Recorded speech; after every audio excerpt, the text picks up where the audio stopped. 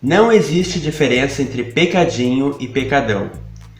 Eu tenho certeza que se você é cristão, em algum momento da caminhada você já ouviu essa afirmação.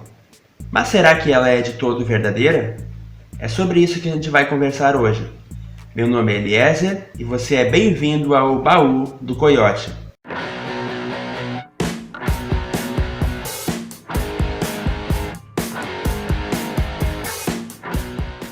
Então, será que existe diferença entre pecadinho e pecadão?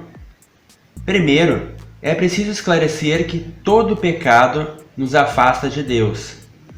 Todo pecado tem o poder de nos levar à morte, tanto física quanto espiritual. Olha só o que diz a carta de Tiago 1,15.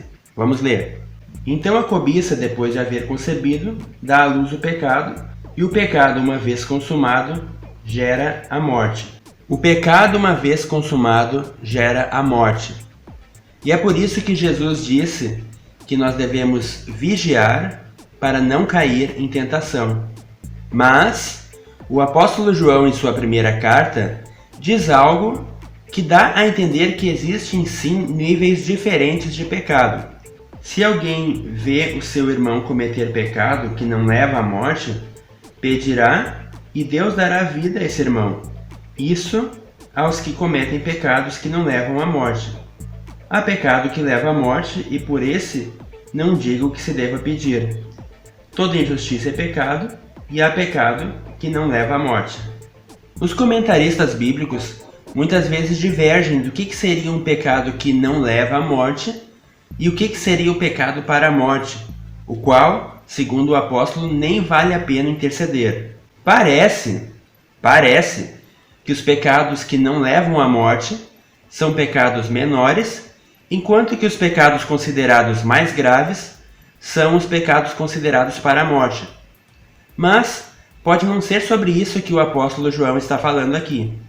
É claro que nós devemos levar em conta a proporção do pecado.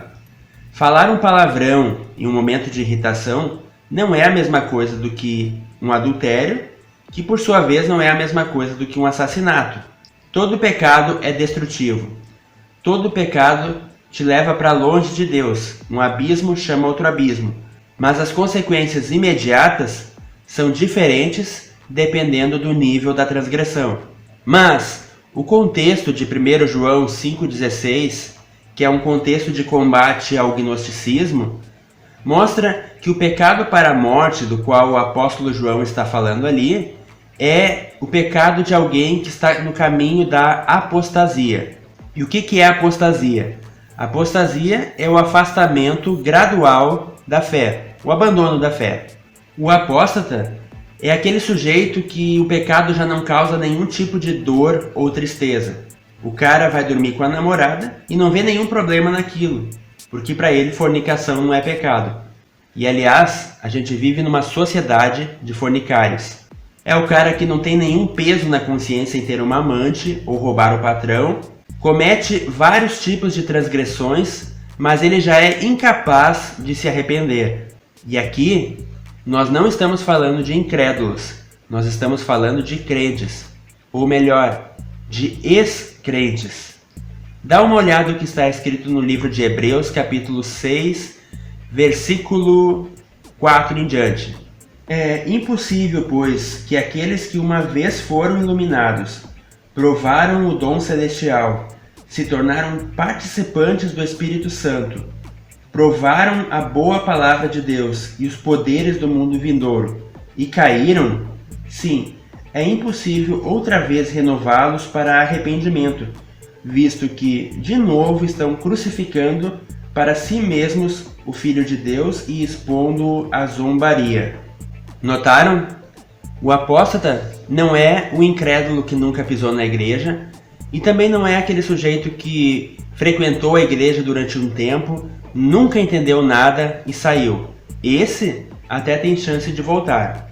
O apóstata é aquele cara que deliberadamente rejeitou a fé, mesmo que às vezes continue visitando ou frequentando uma igreja. E sim, isso pode acontecer, e isso é o verdadeiro pecadão. quando o pecado não é mais um acidente na vida do cristão, mas ele se tornou uma constante e a pessoa gradualmente vai se afastando da fé.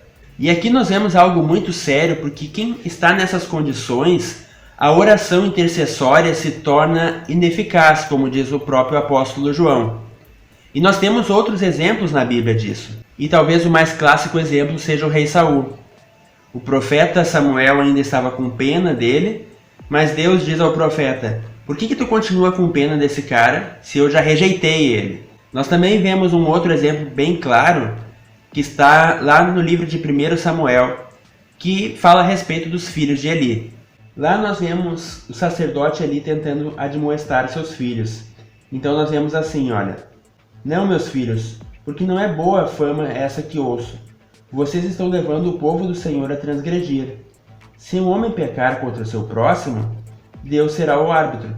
Mas se ele pecar contra o Senhor, quem intercederá por ele? Mas eles não ouviram a voz do seu pai, porque o Senhor os queria matar. Sabe aquela canção Ele Não Desiste de Você? Muito bonita, por sinal. Bom, depois de ler coisas como essas, nós chegamos à conclusão de que aquela canção talvez ela não seja muito bíblica. Porque sim, pode chegar um momento na vida de uma pessoa que ela transgride tanto, ela rejeita tanto a Deus, que Deus desiste dela e deixa ela percorrer o próprio caminho de iniquidade até a destruição. Que Deus guarde a nós e aos nossos entes queridos de chegar nessa condição. Se você está fornicando, guardando mágoas, roubando ou cometendo qualquer outro tipo de pecado, não perca tempo. Joga fora tudo isso e arrependa-se. Arrependa-se enquanto é tempo, porque vai chegar um momento em que não vai mais ser possível se arrepender. Deus é misericordioso, mas não esqueça que Ele também sonda e conhece o coração de cada um de nós. Eu vou ficando por aqui. Se você gostou do vídeo, não esqueça de deixar o like aqui embaixo. Se você ainda não é inscrito no canal, dá uma força para o nosso projeto se inscrevendo no canal e compartilhando o vídeo. E até o próximo, se Deus quiser.